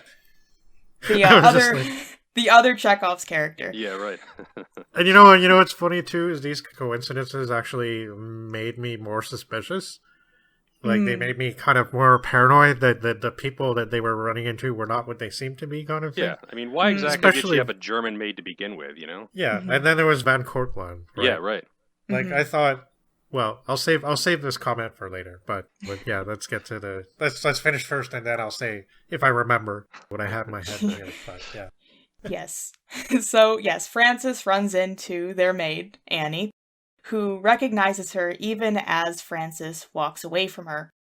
She thinks she loses Annie after reaching the church, but when she comes out with the money Richard leaves her, Annie is waiting. She pretends to be someone else as she greets Annie, and in privacy, Annie tells her she has heard of her and Richard being in Innsbruck through her friend Johann, the same young man from the hotel they stayed at, who was also interviewed by police about them. Annie wants to help the Mileses, and while Frances initially resists, she eventually asks Annie if she could get Johann to draw up a map of the mountains around the South Tyrol border and leave it at the house she is staying at. Frances says goodbye to Annie, then starts back to Schultz's house, lost in thought. It is because of her oversight, not moving as a common German would, that draws attention to her, specifically from von Aschenhausen, who happens to see her from a cafe he is in, watching Henry and Robert, who also see and recognize Frances. Von Aschenhausen follows her, oblivious to his presence, until Robert draws her attention, and von Aschenhausen starts chasing after her down an alley. Robert is unable to reach Frances before she is grabbed by German officers, but he does get the number plate of the car she is taken away in and finds out the place she is heading is Dreikirchen. Richard, meanwhile, has woken up and is waiting for Frances to return. As noon passes, he and Lisa get worried. Annie arrives at the house soon after with the map, and with her comes the confirmation that something must have happened to Frances. Richard goes to call Henry and Robert and arranges for them to meet in Annie's family store. Before he leaves, he gets his passports from Schultz, who is also getting ready to move elsewhere with Lisa. In the back of the store, Richard waits until Henry and Robert show up. When they do, they tell Richard about seeing Frances getting taken and about Dreikirchen. They make a plan where Henry and Robert will get another car and pack their luggage in it, then pick up Richard on the road nearer to Dreikirchen. As the former two carry out their part of the plan, Robert reveals that he got a letter from Tony, who is on his way home without the young woman. After picking up Richard, Henry lets the other two know about his gun in case they run into trouble. The three arrive and make their way toward the castle of Dreikerschen. Robert goes ahead as a scout, as he had proven capable of stealthy feats with his rescue of Smith. Robert gets close to one of the castle walls and hides in some bushes when he hears people approaching, 2 men walking around the castle. Robert sees them both look towards the same window, where, he concludes, Francis must be held. After the 2 men pass, and he knocks out another man who exited the castle, he signals to Richard and Henry. Together, the men enter the castle through the kitchen and knock out the cook. They make their way to the room where Francis is guessed to be, and hear the raised voices of von Aschenhausen, and another as they move closer to it. Richard, Robert, and Henry burst into the room, using the element of surprise to their advantage as they attack the 2 men in the process of torturing Francis, who is tied to a chair. Richard pins von Aschenhausen to the desk he is sitting behind while Henry and Robert struggle with the other and try to help Francis. The man takes out a revolver and Henry wrestles the gun out of his grip, but he appears to go for another gun in his other pocket. Before he shoots, however, Robert takes out the gun, which Henry had given him, and shoots first. Pretending to be unconscious, von Aschenhausen waits until Richard's grip on him loosens to tie him up before throwing a candlestick on the desk in his face. He then grabs a gun from the desk drawer and aims at Francis and Robert, and 2 shots ring out, with one from Henry killing von Aschenhausen. Francis realizes after a moment that the German's bullet had hit her in the arm. They tend to the wound, while also getting the money and keys for von Aschenhausen's car. The telephone rings, and Richard answers in the guise of von Aschenhausen, saying that Francis has talked, and that the others were crossing into Switzerland, so they should watch that border closely. With a paper containing von Aschenhausen's seal, the group leave to start their attempt to cross the border. They successfully cross the Brenner and pass security there. Now in Italy, they make plans to meet in Paris, parting ways when Henry and Robert drop the Mileses off at Grenoble. The couple make their way to the station, close to the end of their journey. Thus concludes Above Suspicion. Yeah. And there's one really good line at the end where they say, "This isn't the end for any of us. It's just the beginning." Yeah. Leaving us on that kind of dark, ominous note. Yes. There was definitely a lot of, especially towards the end, there was a lot of political grandstanding. Yeah. But, I mean, considering the time it was written, I can forgive it. It's appropriate, I guess. Yeah, I don't think it really cut into the story too much at all. She certainly puts her voice into the novel, but I don't think really goes on any digressions that are, like, not appropriate or feel, like, forced or anything like that. Mm-hmm. Yeah, it's usually through the conversations between characters, and they usually feel pretty natural. Yeah, definitely. I guess so, yeah. I mean, definitely for the most part, but I felt like occasionally it's like, okay, the characters are mouthpieces now, I get it, right? Mm. Yeah. Like, I don't know. But, yeah. So what do you all think of Richard and Francis as a couple? I like them a lot. Yeah, I do too. I thought one kind of silly thing, aside from the coincidence, was they appear to speak not only both fluent German, but their accent is good enough to, like, pass for native speakers. Yeah, they can adopt, so they're very good at this, right? Yeah. Like, especially Richard just is doing these things, you know, like, not just piercing the dog, but, like, a lot of other things that throughout the book where you're just like, oh, he can do that. Yeah. Okay. Mm-hmm. Right. Yeah, because the reason he's chosen is he's got, like, a photographic memory, and he's able to just quickly memorize everything that he's handed. Yeah. A true Oxford man. He's not an ordinary professor. No. You get the idea, like, maybe he was actually in some kind of officer position during the World War I or something like that. I don't know. But as a couple, though, I was thinking, like, it seems, I mean, obviously, it's kind of an expression of affection, in a way, but it seems like Richard does underestimate Francis quite a bit. He does. Oh, yeah. Pretty much through the whole novel. And what I like about Francis a lot is, despite the fact that she gets captured, she's not really a damsel in distress at all. The time of the novel that she's spent in captivity is very, very brief.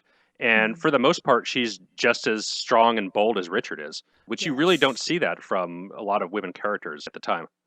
Right. So, unfortunately, what you've just said and hinted at brings up the biggest problem that I have with this novel. And it is also a problem that I had with Message from Malaga. And I was actually really interested to read this book, having read one of her books before. I wanted to see, and I couldn't quite remember the details of how I felt about it, or why I should say, but I did look at the old review on Goodreads that I wrote of that book, and I feel like Helen MacInnes has a thing about perspective, and sometimes it's just not where I want it to be. Like, that whole section where Frances gets abducted, all of a sudden, we don't see her point of view at all anymore. Right, we don't. And it's like her moment of greatest peril, and because we've been getting to know her and spending time in her head all this time, and I didn't mind the digressions to Richard in the earlier chapters. I didn't like him that much at first, but I was slowly getting to like him, right? But especially during that time, I wanted to spend with her. Like, when she was kidnapped, how she felt being in the car, how it was, like, serious all of a sudden, because she was worried a lot. Yeah. You know, and she was hiding it from Richard, and Richard was, he knew, right? Or he almost assumed sometimes it was worse than it actually was. But, like, and then all of a sudden, to pull away at that moment, why would you do that? I don't understand that. I didn't like that decision. It almost put me off the end of the book just a tad bit. I wish she hadn't done that.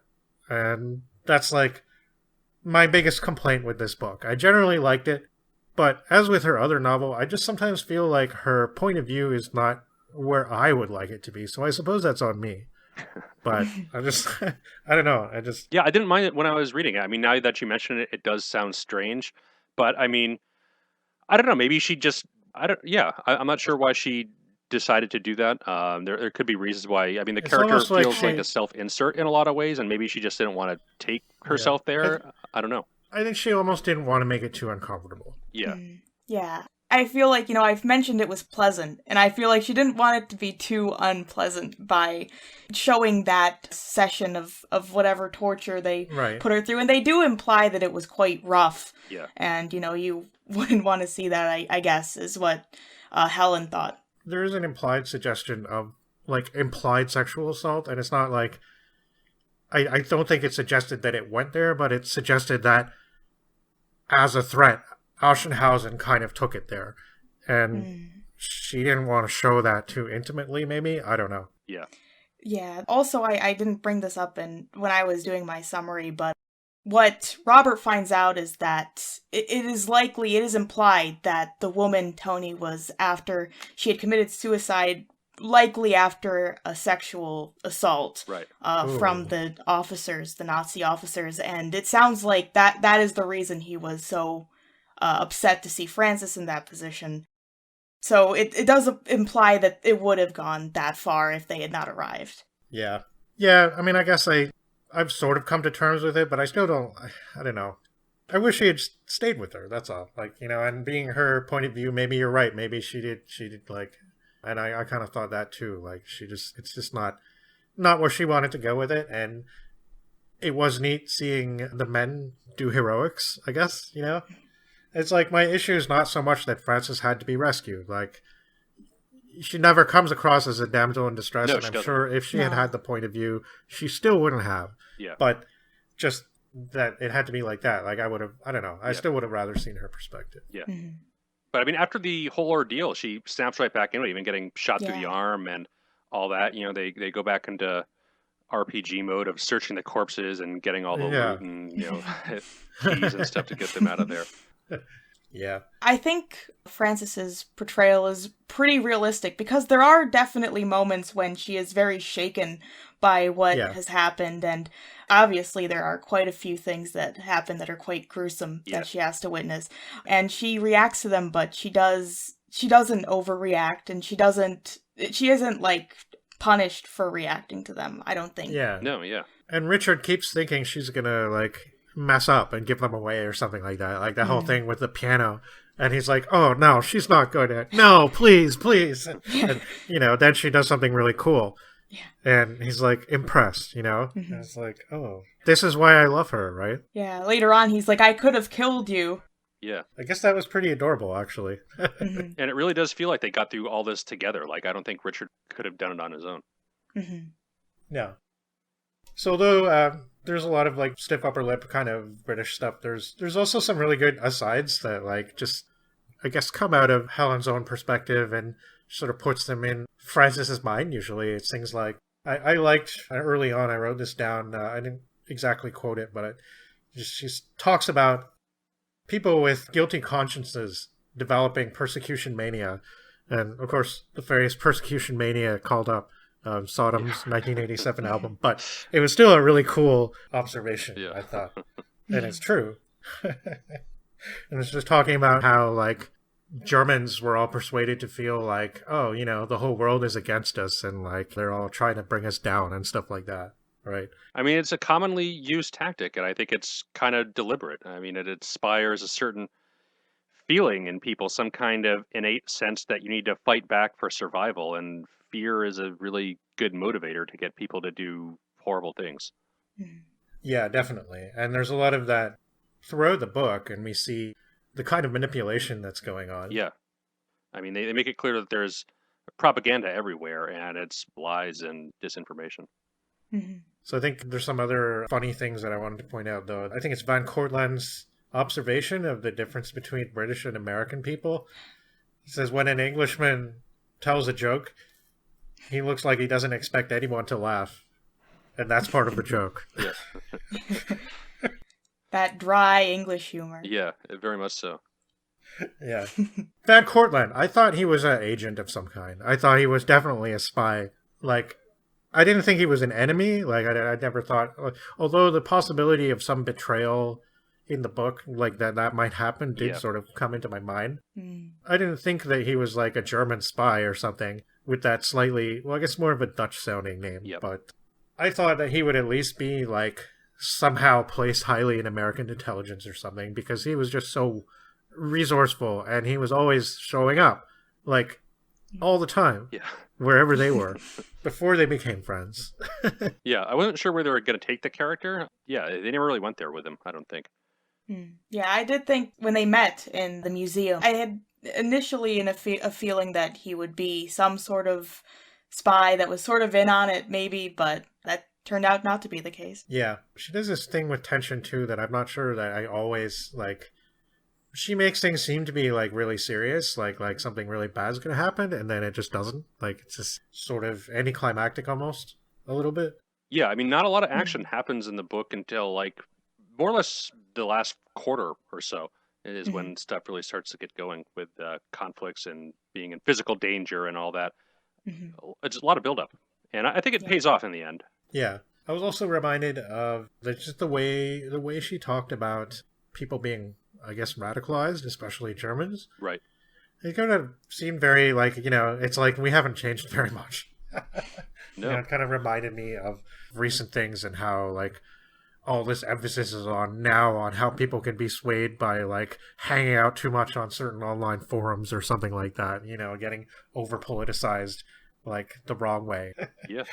I mean, people are people, and I mean, World War II is still within living memory of some people. But I mean, if you read Thucydides, the way he talks about the demagogue Cleon, it's very, very much more of the same stuff, and that was 2,500 years ago.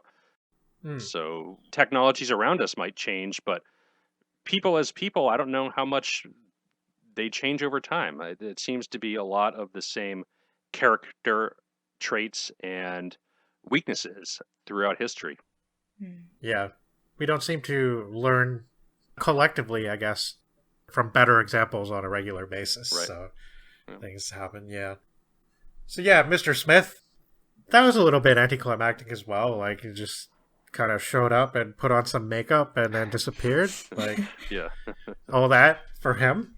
And to be fair, I think Helen was even a little bit like that. Like Richard made some comment, or I think it was, maybe it wasn't Richard. It was probably Van Cortlandt, actually, because it seems like something he would say. You know, it's kind of like, what? That guy? Really? That's what all this is about? So I think she knew. I think that she knew that it was a little bit, but the book isn't quite. It's not quite late enough in time for it to be cynical about the whole, like, spy thing. No, it's not. The whole agent business. Yeah. And this guy had to be rescued. He was in a fix, just like Francis was at the end of the book, and, like, can't really do anything without some intervention. And it seems like von Auschenhausen knew a lot about the plan, because he had the sheet music out there right in the open, right? Yep. He was hoping they would do something with it. Like, it's probably something that Smith would never have done because it's just way too risky, right? But he's gambling, and he's like, yeah, somebody's gonna, like, they're waiting for some kind of signal. They're gonna refer to that music or whatever, because, like, we already know that that's somehow significant. Don't they even make a comment when they first see the music that it seems too forward or something? Like, I think they even might have mentioned that. Yeah. He wasn't in the story that much, but he seemed like a pretty wily opponent. And he was like, the game he was playing with them in that one scene, the big scene that they have together, where, like, he's pretending to be not Nazi all of a sudden. Yeah. Whereas, like, Francis, like, excuse me, we were just at this party where you acted like a complete dick. And and even then, he's still incredibly sexist. Oh, yeah. He makes all kinds of condescending remarks, yeah.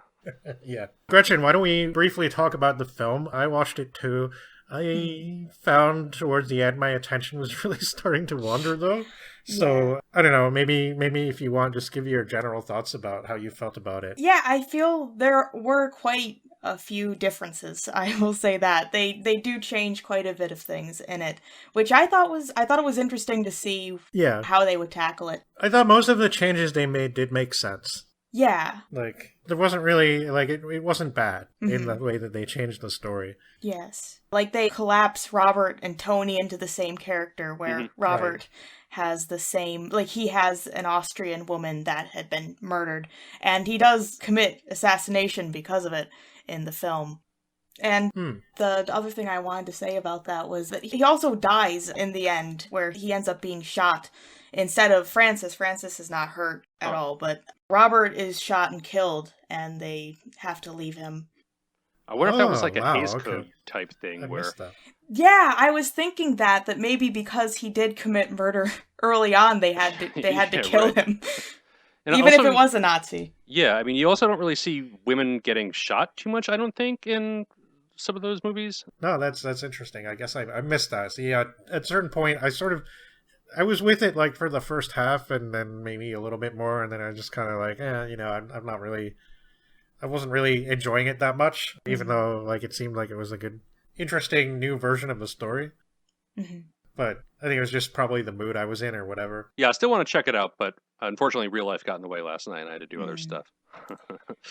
Yeah.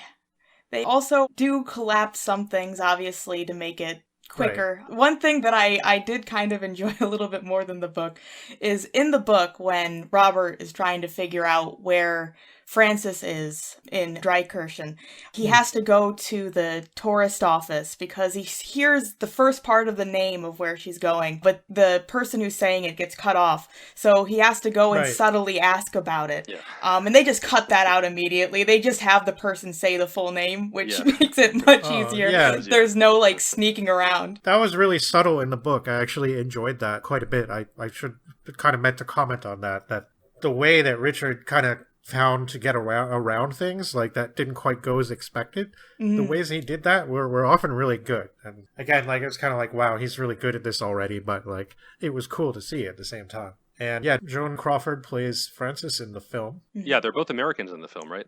Yes. Richard is very American. He's not... I had a little trouble getting used to that. It wasn't quite how I pictured Richard. He still attended Oxford, though. Yeah, right, of course. Yeah. I'm not sure if I've ever seen the actor in anything else. Fred McMurray, I believe is his name. I'm not sure. I feel like the name is familiar, but I'm not sure if I have seen any films with him. Wikipedia says Double Indemnity, which I saw a long time ago. Okay, yeah, I've seen that too. I like that movie a lot. Yes. That brings together William Faulkner and Lee Brackett. Yeah. Yeah, both worked on the script at various times, so... Yes. Kind of a cool connection there. We'll be doing her later on, maybe when we talk about Planet Stories and such like. I don't think we'll be able to shoehorn Faulkner into the podcast, though. I'd really like an excuse to do so. Yeah. Gretchen, you're reading Light in August now, right? So yes, good. Yes. I'm. So I haven't had the chance to read too much yet, but I really enjoy it so far. Yeah, that's one of the best ones he's done. I haven't read it. Because I read As I Lay Dying for the second time this last semester, and I love that book, and so I thought I should check out more Faulkner. Yeah, that one and Absalom are, like, really, really good, and they're, like, really dark, too. I'm looking forward to delving more into that. Yeah. For sure. Yeah, definitely recommend it. Yes.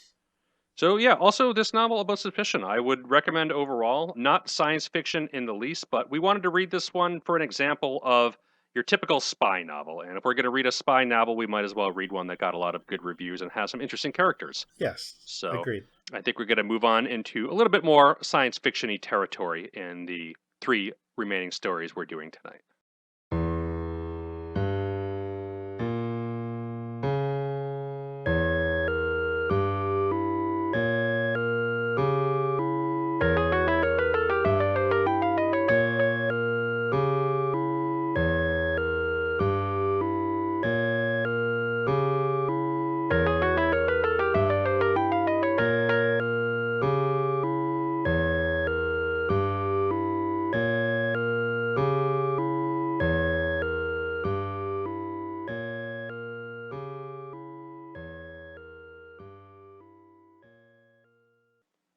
Sherlock Holmes, while introduced in the 1887 novel A Study in Scarlet, became massively popular in 1891 with its stories in the Strand, beginning with A Scandal in Bohemia, and as such inspired a great deal of the detective fiction that came out in the 1890s and early 1900s.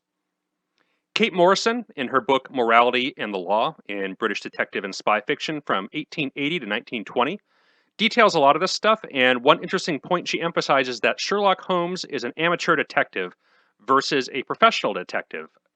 After Sherlock Holmes's quote-unquote death in 1893, the Strand needed a slot to replace one of its most important heroes. And the one they chose, Arthur Morrison's Martin Hewitt series, was an example of this kind of professional detective-type character. Martin Hewitt appeared in 7 issues of the Strand in 1894, some of which were collected in book form, and later stories were still published in the Windsor magazine. So I didn't realize these were published in the Strand. I didn't really look too much into this. I was actually going to read at least one more of the Martin Hewitt stories to see if they were like this one. But I'm surprised. Yeah. This one came from the June issue of the initial 1894 run in the Strand. And Morrison, that is Kate Morrison, the author of the spy fiction book, notes that Hewitt often focused on white-collar type criminals rather than people of the lower classes that were frequently featured as villains in detective fiction of the time. And the case of the Dixon Torpedo, the one we read tonight, is one of these stories that does focus on a more white-collar criminal type. In total, there were 25 Martin Hewitt stories. The last series was called The Red Triangle, published in 1903. Morrison, this time referring to the author of the detective series, was born in 1863 and died in 1945.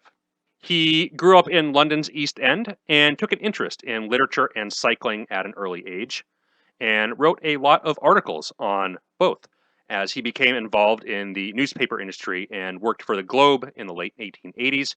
And in 1890, he started working for the Strand, where he published his first book, The Shadows Around Us, which was a collection of Gothic fiction. His literary career greatly slows down after 1905, but he wrote quite a bit of fiction for a good 15 years and retired from journalism in 1913. He was also a big collector of Japanese woodblock art, which he donated a great deal to the British Museum. His most well-known work these days likely isn't Hewitt, but rather the novel A Child of the Yago from 1896, which is an East End social novel that focuses on poverty and crime. And he had another detective character in the form of a Horace Donington, who was this time a lower class character and apparently much more morally gray than Hewitt, and honestly sounds a lot more interesting than Hewitt. This whole bio sounds more interesting. So, getting into the Dixon Torpedo story itself, I don't know. It was okay, if we're being generous. It really does feel like a knockoff in places, but I mean, it's kind of hard to avoid being influenced by Sherlock Holmes, especially when you're his direct replacement in the Strand. Yeah. Even still, this feels like a bit of a letdown in a lot of ways. I thought the writing and dialogue was kind of flat. Yeah. I think for the most part, the writing and dialogue is one and the same. Yeah, right. Yeah, there's no descriptive prose at all. Like, it's just guys talking to each other. And I wouldn't mind that if it was like snappy or really captivating or something, but it's not. And I was thinking of we're doing the kind of the pre-talk about the story now, but I was reminded of another Holmes knockoff that I started reading once and didn't finish. It was Solar Ponds, his name is, and I think he's written all, or at least in part, by August Derleth. So this would be more like 1930s probably, or 40s maybe. Yeah. It wasn't good, but at least that one he had a partner, and he was like a little bit less well-written thing on how, and certain people are bothered by this in Conan Doyle too, but how Holmes is always showing off, right? And he especially enjoys showing off to Watson because, you know, like Watson's his roommate and Watson's his partner. And he's like, hey, look at the great detective work, right? And then I bet you don't notice these awesome things that I notice, right? Yeah. And the Solar Pond story had that. And I'm like, this doesn't even have that. No. This doesn't have anything like charismatic about it. Yeah. We'll be getting to that in a couple episodes when we do the Beasts of Bradhurst Avenue. But yeah, this is just like, I don't know. It's short, so I guess it's like not too painful, but I just find it difficult to really say anything like positive about it, even though it's like not like bad. It's just, it doesn't really have anything going for it. And I thought it might be an interesting one to do because it involves the theft of these blueprints of the Dixon torpedo that sounds like it's going to be like, from description anyway, reading about the story in these retrospective works on spy fiction, of which there's quite a bit. I mean, there's an enormous amount of spy and detective fiction if you're into this early stuff. I don't think we're going to really get into a lot of it here, but no, a lot has been written about it, and we'll post the links to the books that we covered for this episode in the bibliography as always. But this is one of the very few that were chronicled in those retrospectives that sound like they would have overt science fiction elements in a similar fashion to the episode we did last time of like a futuristic super weapon that's going to be a total game changer in warfare. And you also get the same kind of deal in like Angel of the Revolution. Yeah, I was going to say that. Yeah, even right. Angel of the Revolution, right? And like, it's really funny to me, and I'm going to keep bringing this up, I guess, for the next little while, but how often we keep referring to Angel of the Revolution, and how if you talk about Angel of the Revolution to somebody, it makes it sound like one of the most awesome books, right? Yeah. And you read it, and the writing's not really, I don't know, like it's not that great.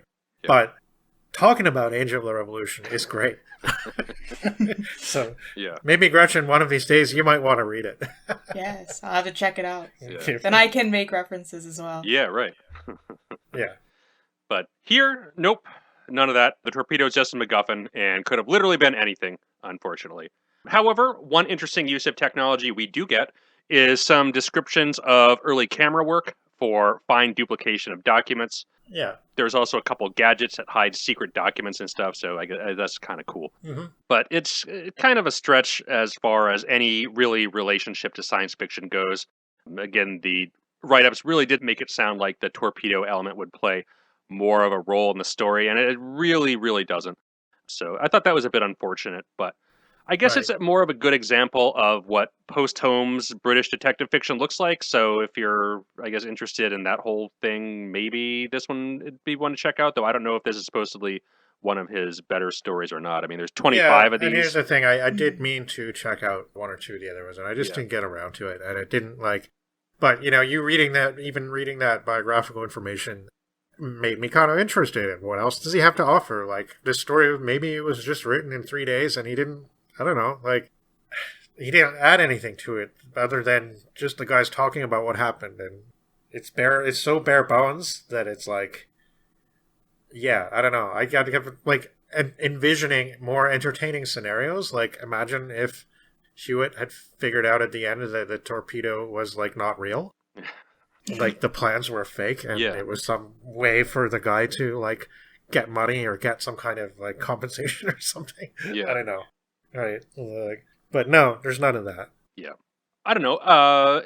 One thing that may be of interest to check out some of the other stories is there is a TV adaptation of this one in the 70s on BBC from the series The Rivals of Sherlock Holmes.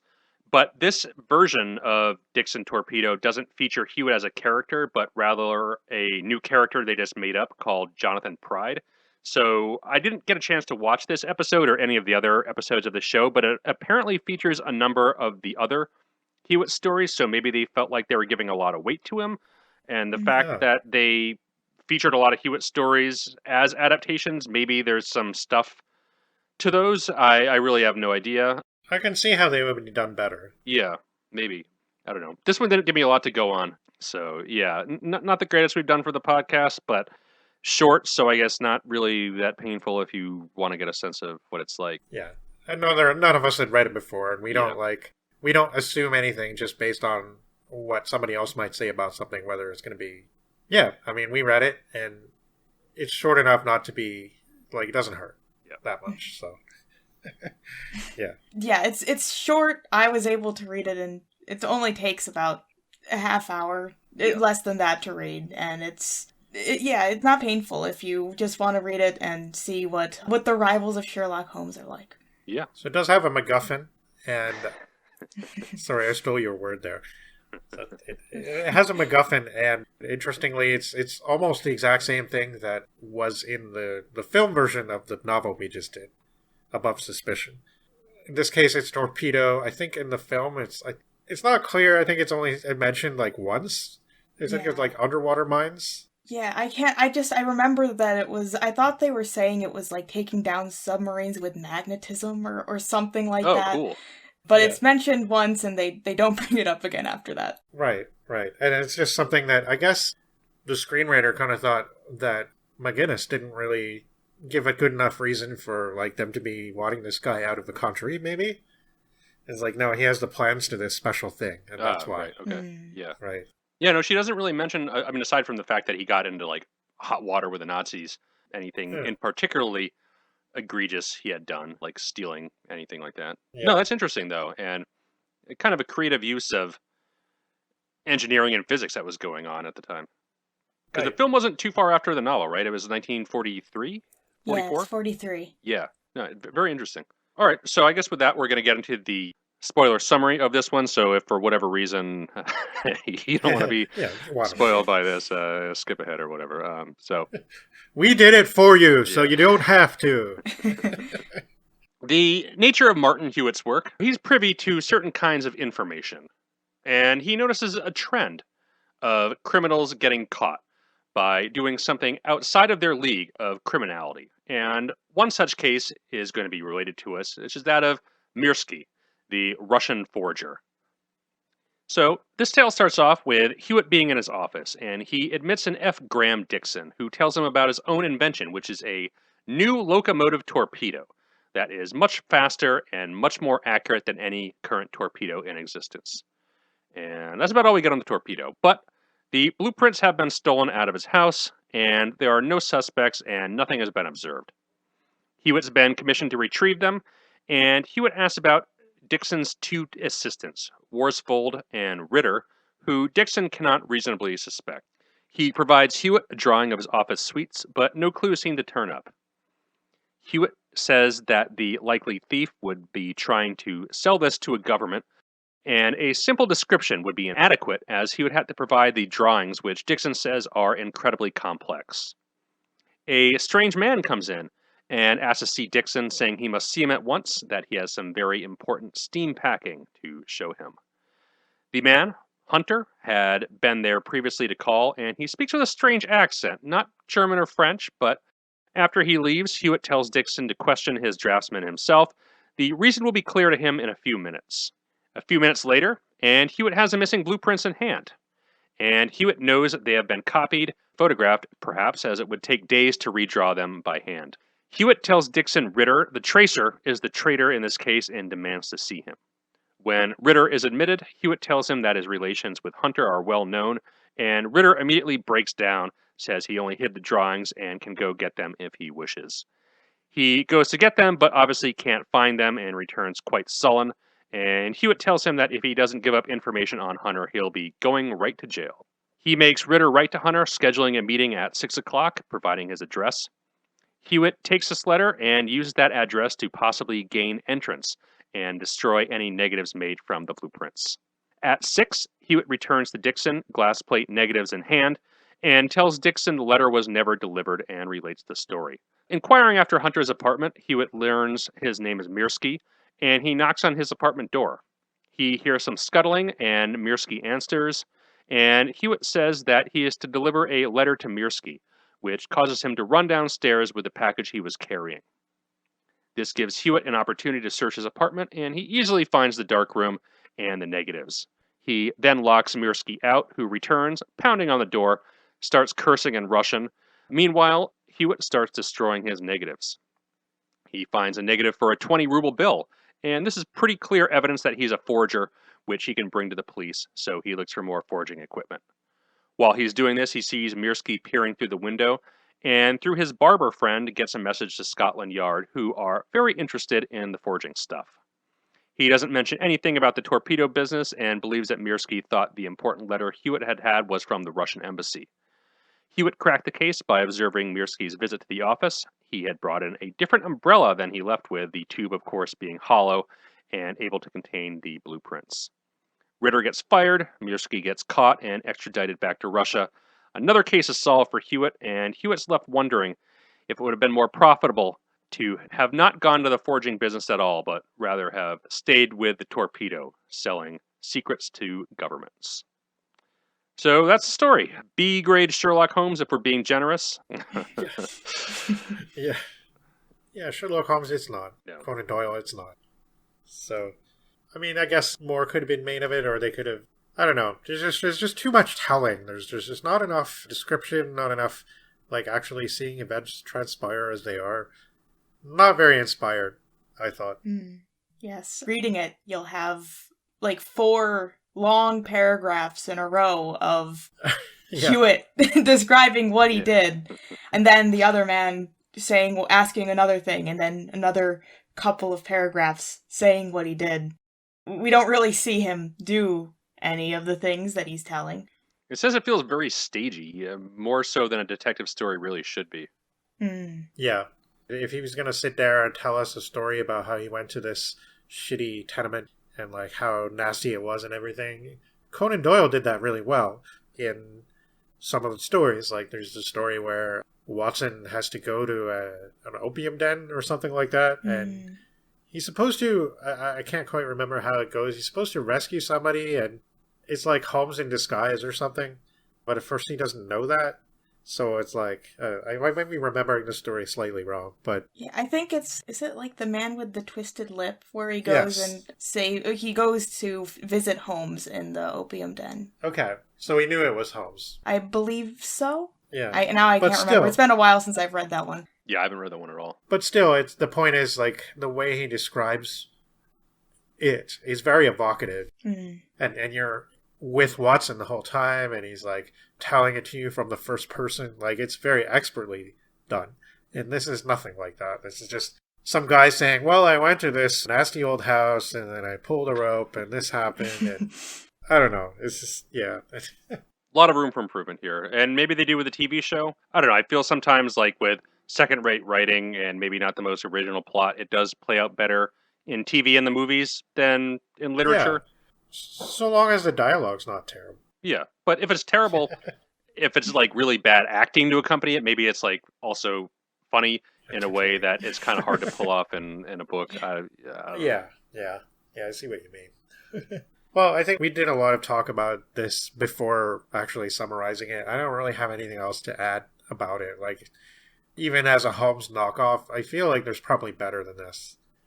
I think that we've covered it pretty well. There's not much you can say about it. Yeah.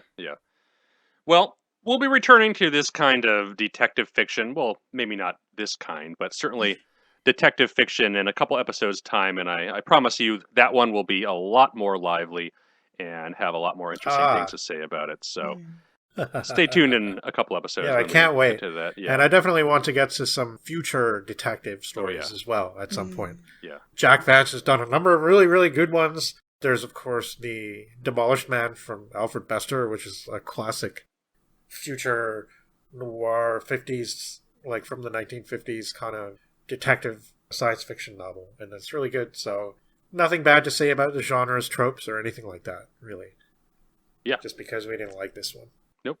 That'll be cool to get to. But I think we're going to move on, and we're going to get into a different kind of spy next.